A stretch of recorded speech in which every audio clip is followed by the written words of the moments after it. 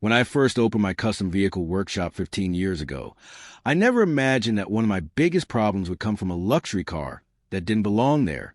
My workshop sat on several acres of private property just outside town, and over the years I had built a reputation for restoring classic cars and custom trucks. Business was steady, my customers respected the rules, and everything ran smoothly. That changed the day Karen arrived. Karen was the president of a nearby HOA and was known for acting like every rule applied to everyone except her. One afternoon, she drove up in a brand-new red luxury supercar worth nearly $300,000. The car was impossible to miss. It was polished to perfection and looked like something straight out of a movie. At first, I assumed she was stopping by to ask for directions or maybe inquire about some work. Instead, she parked the car inside my workshop compound, stepped out, locked it, and started walking away. I stopped her and asked what she was doing. She casually informed me that she was going on an extended trip and needed a safe place to leave her vehicle. Thinking she was joking, I explained that this was private property and not a public storage facility.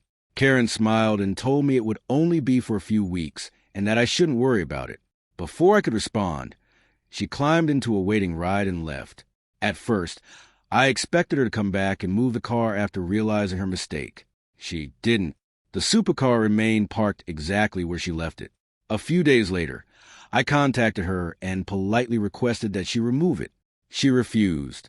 She claimed the vehicle wasn't hurting anyone and insisted that there was plenty of room on my property. What Karen didn't know was that I had a major workshop expansion project scheduled to begin the following week. Contractors had already been hired, permits had already been approved, and equipment deliveries had been scheduled months in advance. The area where her car was parked was one of the sections that needed to be cleared before construction could begin. I explained this to her in detail, and even sent a written notice asking her to remove the vehicle. She ignored it. Then I sent another notice. She ignored that too. By the time the contractors arrived, the supercar was still sitting there like it owned the place. The delays quickly became expensive. Construction crews couldn't access certain areas, deliveries had to be rescheduled, and every lost day cost money. Karen didn't seem to care. Whenever I contacted her, she acted as though I was the one being unreasonable. She even suggested that I simply work around her car. That's when I decided to start documenting everything. I saved copies of every message, every written notice, and every email. I also reviewed security footage from the workshop cameras. The recordings clearly showed Karen driving onto my property and leaving the vehicle without permission. Every interaction was documented. Meanwhile, the contractors became increasingly frustrated because the project timeline was falling behind. After several more attempts to resolve the issue peacefully, I informed Karen that she had one final deadline to remove the vehicle.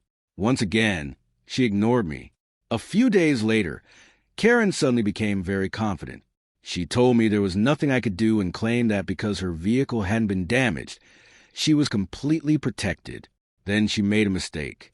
Instead of quietly moving the car, she contacted local authorities herself, apparently believing they would force me to allow the vehicle to remain there. When officers arrived, they listened to both sides and reviewed the documentation. I showed them the property records proving I owned the workshop. I showed them the security footage. I showed them the written notices and communication history. The officers quickly realized that this wasn't a misunderstanding. Karen had knowingly left her vehicle on private property after being repeatedly asked to remove it. The officers informed her that ownership rights belonged to property owner and that she needed to address the situation immediately. For the first time, Karen looked worried. Even then, she still refused to cooperate. Eventually, every deadline expired. After consulting with professionals and following all required procedures, arrangements were made to remove the vehicle legally and safely.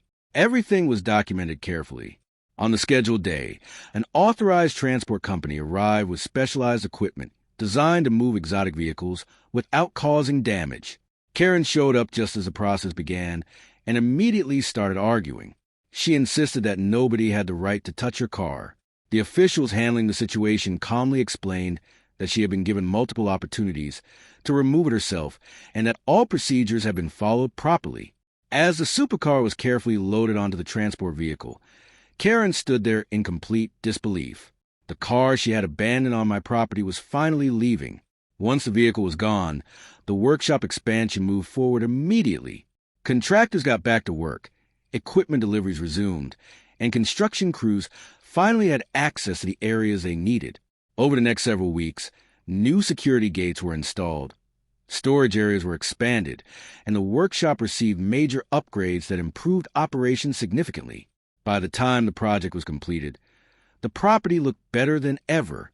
Business returned to normal. Customers continued bringing their vehicles in, and the entire situation became a story that people around town talked about for months. Looking back, the lesson was surprisingly simple. Property rights matter. It doesn't matter how expensive your car is, how influential you think you are, or how many people usually say yes to you. Private property belongs to the owner, and respect goes a long way. Karen assumed that her status and wealth would allow her to ignore the rules. Instead, she learned that the rules applied to her just like everyone else. In the end, the workshop expansion was completed. The property was fully restored, and life moved on. But every time I drive past the new security gates, I'm reminded of the day a $300,000 supercar taught someone a very expensive lesson about respecting other people's property. If you enjoyed this story, don't forget to like, subscribe, and let me know in the comments. Where are you watching from? Automobile Wrench, House with Garden, United States.